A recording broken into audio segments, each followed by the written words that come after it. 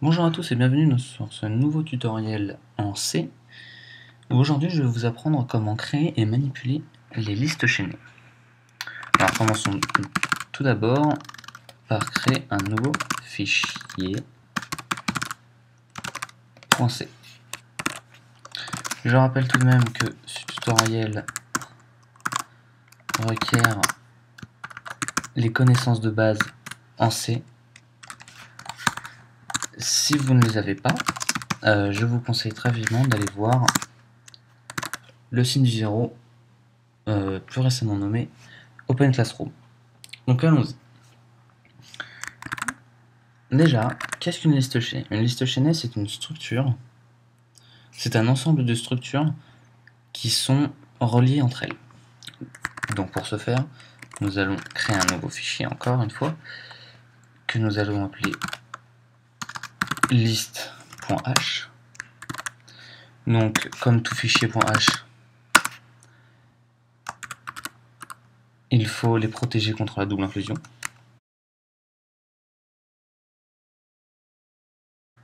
Voilà. Dedans, je vais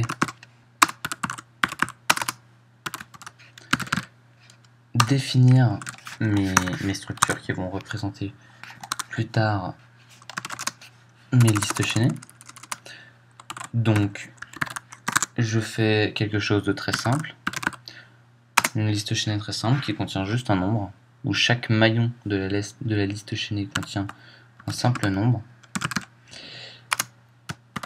Et ce qu'elles ont de particulier, les listes chaînées, c'est justement ce pointeur. En fait, elles contiennent un pointeur sur une structure de même type.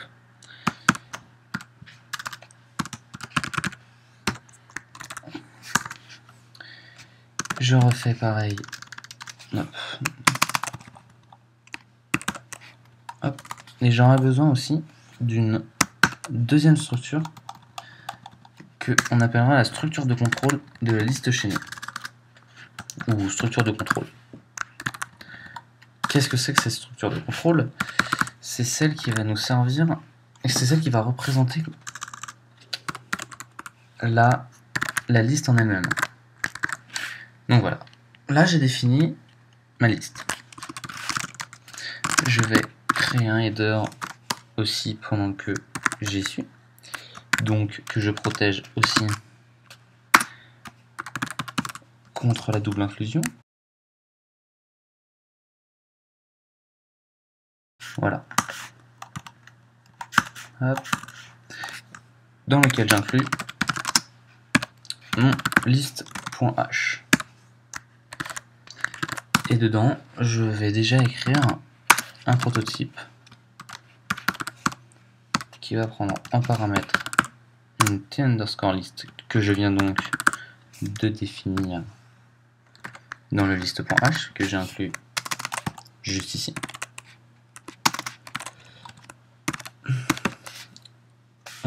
Qu'est-ce que je viens de faire? Hop. Nous allons revenir dans le fichier .c. Voilà. Et nous allons inclure le header.h. Ici, je déclare une t_list sans pointeur, car je n'ai pas envie de la me loquer. Donc, la machine le fait pour moi. Et j'utilise ma fonction initList que je n'ai pas encore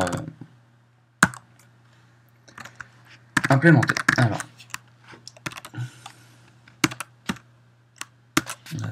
hop, hop, hop, tac, tac. Nous allons créer un nouveau fichier liste.c. Et dans ce liste.c, nous allons implémenter toutes les fonctions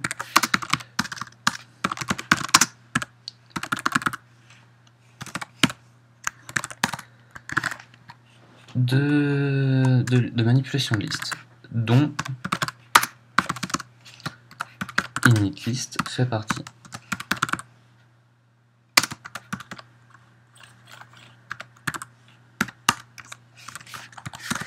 Donc commençons à implémenter t_list. Alors list, qu'est-ce qu'elle prend en paramètre? Je remets le header list.h ici.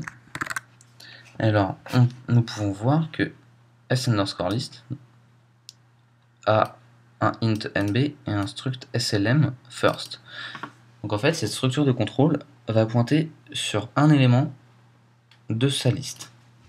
Donc je peux dire que déjà list nb égale 0 et que list first égale à nul.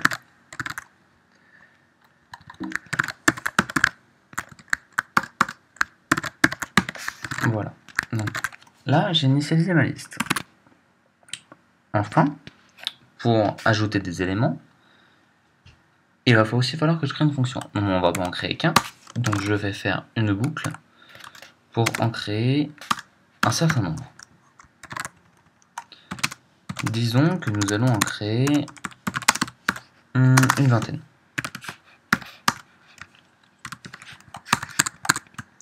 Alors plus i, et nous allons utiliser une fonction que je n'ai pas encore implémentée, addlm, qui va, vous allez le voir, alors voilà.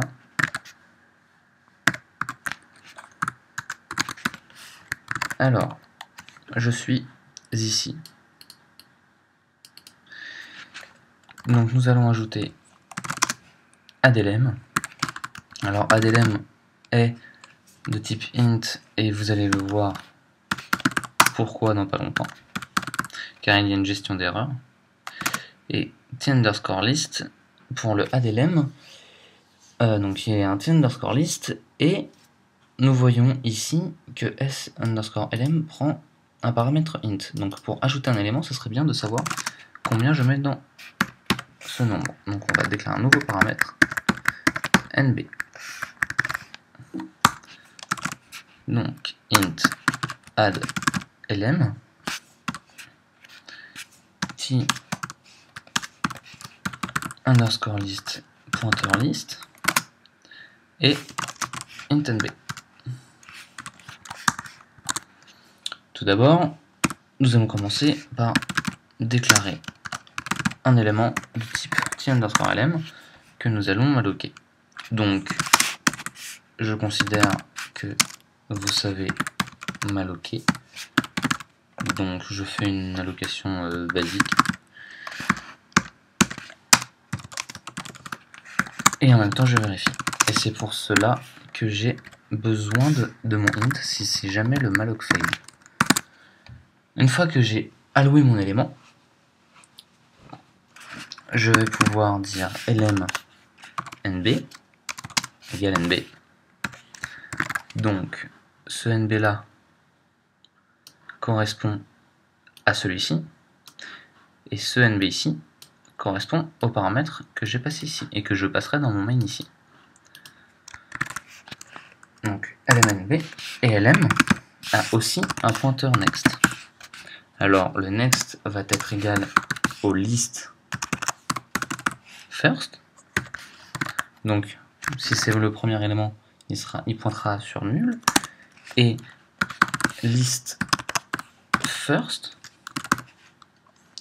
va être égal à l'élément en question.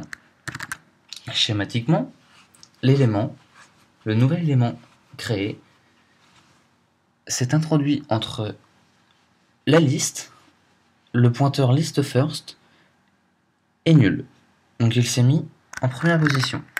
Si jamais nous avions déjà un élément dans la liste et que nous voulions en rajouter un deuxième, ce nouvel élément se rajouterait entre l'élément existant et le list first et la liste. Donc quand on rajoute un élément, ils se mettent au début. Alors c'est possible d'en mettre à la fin, mais c'est un autre type de liste chaînée encore, que je ne présente pas dans cette vidéo. Je présente ce type de liste chaînée. Donc, et je retourne 0 pour m'assurer qu'il n'y ait pas eu d'erreur. Retournons dans le main, ici. Donc, je demande un pointeur sur liste, donc j'envoie l'adresse de ma liste, et un nombre. Je vais utiliser i. Voilà. Maintenant, nous allons voir ce qu'il y a dedans. Donc, je vais créer une fonction pour print cette liste, que je vais appeler printList, et qui, je pense, va prendre ceci comme argument. Donc, on va la créer ici. Ça va être un void. Print underscore list. Je suis ici. Ici. T underscore list. Pointeur. List.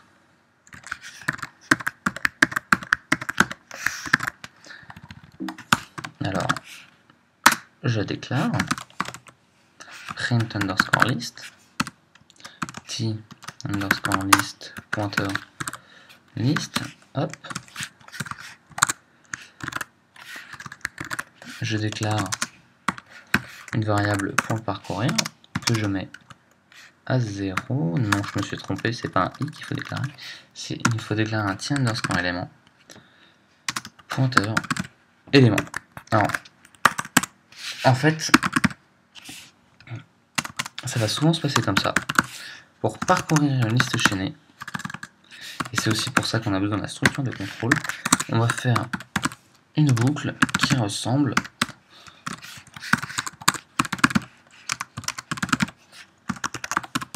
à ce schéma-là.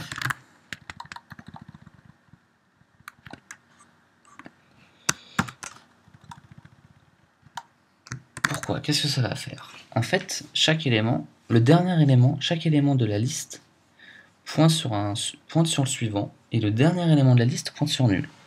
Du coup, quand je fais élément est égal à list first, il sera au début de la liste, et quand je fais élément est égal à élément next, je vais sur le suivant. Et tant que élément est différent de nul, il continuera, et il sortira lorsqu'il sera arrivé au dernier. Du coup, je parcours correctement ma liste. Et ici, je peux faire un printf, non, %d anti/n de élément nb.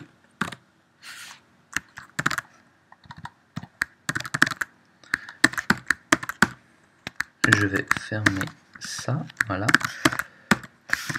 Donc, je peux print la liste. Alors, j'ai besoin juste de rajouter quelque chose pour le... j'y suis déjà. Pour le printf et le malloc. Donc, le malloc, c'est stdlib.h et le printf, c'est stdio.h.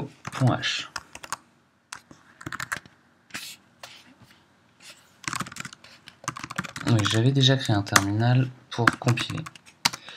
gcc étoile.c, je vais avoir des erreurs, voilà. Firt, effectivement, ça n'existe pas.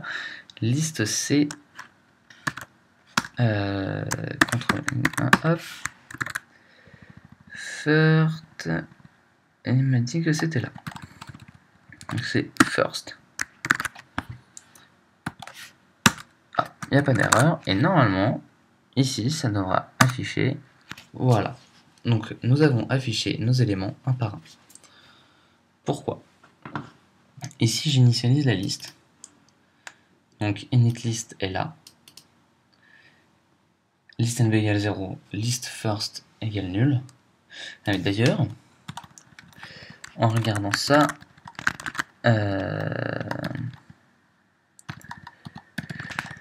nous pouvons mettre que list nb s'incrémente quand on rajoute un élément. Voilà.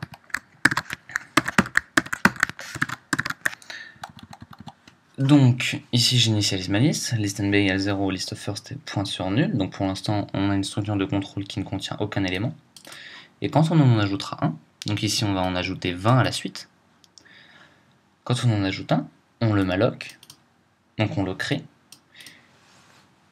On dit que lmnb est égal au nb qu'on lui donne en paramètre, donc ici i qui va s'incrémenter entre 0 et 19. D'ailleurs, on peut le voir, et on peut aussi voir que chaque fois qu'on rajoute un élément, il vient au début de la liste, sinon les chiffres s'afficheraient dans l'autre sens. Et lmNext égale listFirst plus nb, listFirst égale élément. Donc ça, c'est pour bien déplacer ces éléments. Pour que l'élément qui vient de se créer vient au début de la liste. Si on intervertit cette ligne-là et cette ligne-là, ça ne va tout bonnement pas fonctionner, car il y a un ordre à respecter. Donc, maintenant qu'on a print la liste, c'est bien, mais il va falloir vouloir en supprimer des éléments, savoir capter un pointeur d'une structure d'un élément de la liste, et tout simplement aussi savoir tout supprimer pour libérer toute la liste de la mémoire qu'on doit prendre. Alors, ce qu'on va faire, on va déjà libérer la mémoire, donc je vais l'appeler freelist, qui va prendre de la même manière un pointeur sur mon t underscore list, donc free underscore list, t underscore list, pointeur list.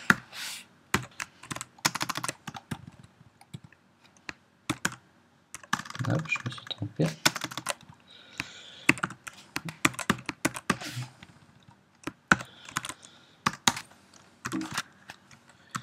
Là, je l'implémente au-dessus. Et freelist, on déclare de la même façon pour parcourir son tableau un t underscore lm qu'on va initialiser sur le list first. De la même manière encore, on va faire tant qu'élément est différent de nu.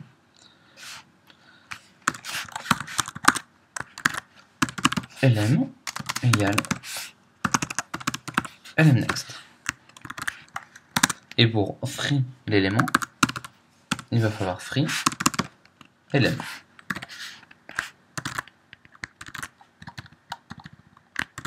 Nous n'avons pas besoin de supprimer le t underscore list, celui-ci, vu qu'il est alloué non dynamiquement. Et nous n'avons pas besoin de free plus que d'autres choses que ça. Par exemple, si nous avions un char underscore str, un char étoile str dans notre structure élément, nous aurions dû le free. Or ce n'est pas le cas, on a juste un free élément. On va pas free nb.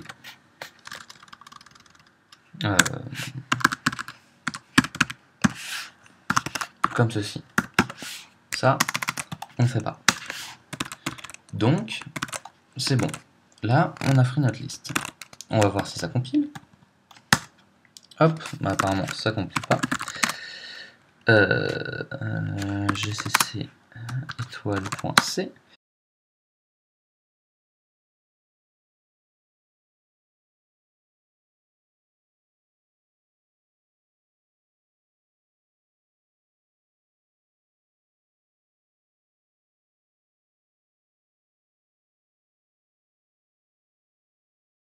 Voilà, il compile. Et là, ça fonctionne. Donc, maintenant, nous allons vouloir enlever un élément. Alors, pour enlever un élément, il y a plein de façons différentes.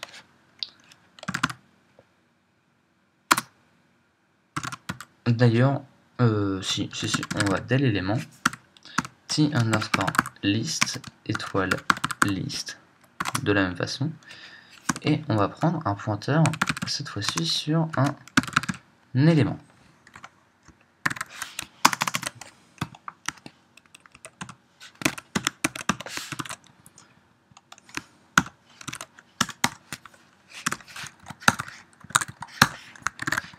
Alors pour ce faire, c'est très simple aussi. On va déclarer un t underscore lm tmp. Cette fois-ci, je ne l'appelle pas lm vu que je n'ai pas le droit. tmp égale list first, while tmp différent de nul, tmp égale tmp next. Voilà. Si tmp égale élément. Alors, pour insérer correctement, pour enlever correctement un pointeur, enfin un élément dans la liste, il va falloir se souvenir du précédent. Donc pour ce faire, on va déclarer un pointeur sur élément nommé prev pour preview. Donc next suivant, prev, preview, précédent. Nous allons le mettre à nul. Et ici,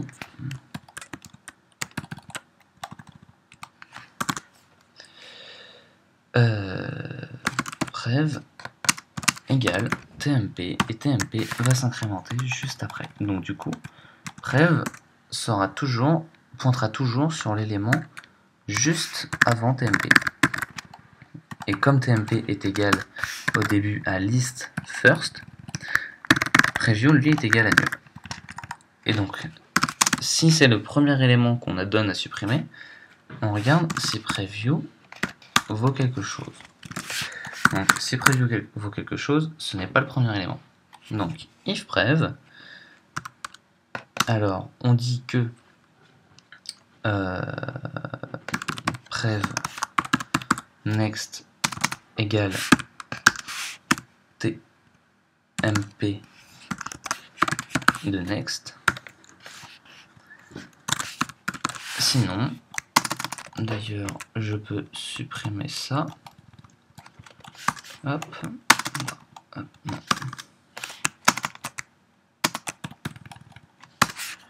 Voilà. Sinon, c'est list first qui est égal à tmp de next. Maintenant qu'on a fait ça, on a toujours notre élément. On peut toujours pointer dessus. Et d'ailleurs, on va free lm.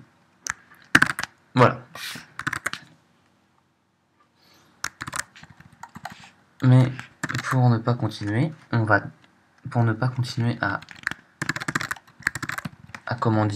à boucler, aller jusqu'à la fin de la liste sans aucune raison alors qu'on a déjà supprimé l'élément trouvé, nous allons créer une autre variable qui va s'appeler stop. Alors vous pouvez l'appeler comme vous voulez. Moi je l'appelle stop. Qu'on va mettre à 0. Et tant que tmp et que stop vaut 0, il continuera. Et donc du coup, ici, on peut mettre stop à 1. Ça voudra dire qu'on a trouvé notre élément à supprimer et que donc, du coup, c'est pas la peine de continuer.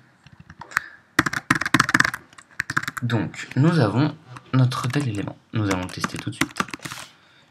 Ici, vous voyez par exemple qu'il y a 10. Si je veux del lm et liste le numéro 10, il va me falloir un pointeur sur fonction, un pointeur sur structure, donc sur l'élément désiré, qui contient le nombre 10. Alors, comment je fais ça? Je vais créer une nouvelle fonction qui va s'appeler getLM, auquel je vais passer ma liste de la même façon, et le chiffre 10. C'est ma seule façon de pouvoir faire ça. Alors, getElément va retourner donc un pointeur sur élément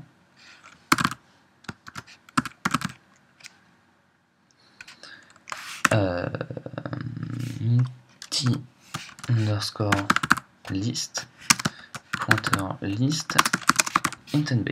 On va le retrouver donc avec sa valeur. Pourquoi il faut retourner un t underscore élément? Parce que dès l'élément prend en paramètre un pointeur sur elist et un pointeur sur t underscore élément. Ici. Donc on appelle getElément qui va retourner ce même type. Et getElément, lui, il va retourner, il va prendre un paramètre elist et l'élément qui contient le nombre 10. Donc comme ceci, on va pouvoir enlever ce 10. On va pouvoir le supprimer après. Alors, dès l'élément getElément. Alors, t underscore lm pointeur, je l'ai appelé getLm. Il prend un pointeur sur list comme toutes les fonctions de manipulation de liste chaînée. Et il prend un nombre. Je vais déclarer un t underscore élément que cette fois-ci je vais retourner. De la même façon que les autres, je vais faire lm égale list first while lm égale lm next et if lm nb égale nb, alors je retourne l'élément, et si je ne l'ai pas trouvé, je retourne nul. Alors il y a plusieurs façons de faire ceci. Je vais vous en montrer une autre avec une variable stop. Donc cette façon fonctionnait, mais avec une variable stop que je vous montre rapidement, ça fonctionne aussi. C'est une autre façon de voir les choses. Donc hop, ici j'arrête, là je S, et ici je retourne mon lm. Cela fonctionne exactement de la même façon que ce que je venais de faire. Sauf qu'ici, il n'y a qu'un return. Bon, je vais retourner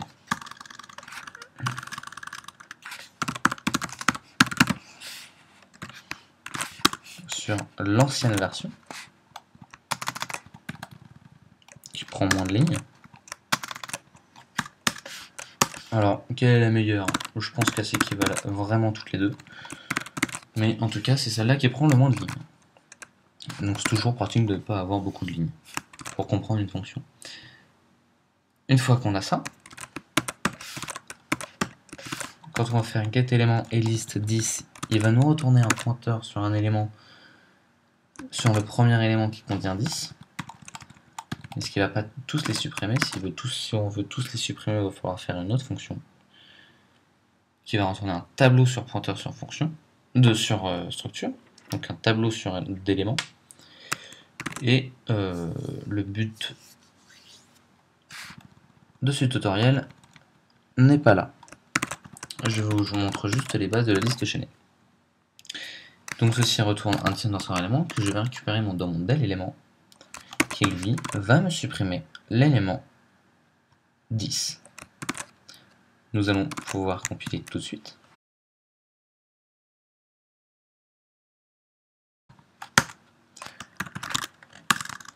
Oui.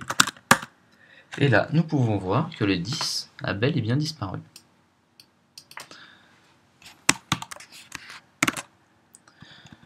Vous pouvez vous amuser à faire plein d'autres choses, mais pour l'instant, pour les listes chaînées, ça, c'est déjà pas mal. Pour ce faire, je vais vous dire au revoir. lâchez un com si vous avez des questions, et ça me fera toujours plaisir. A plus!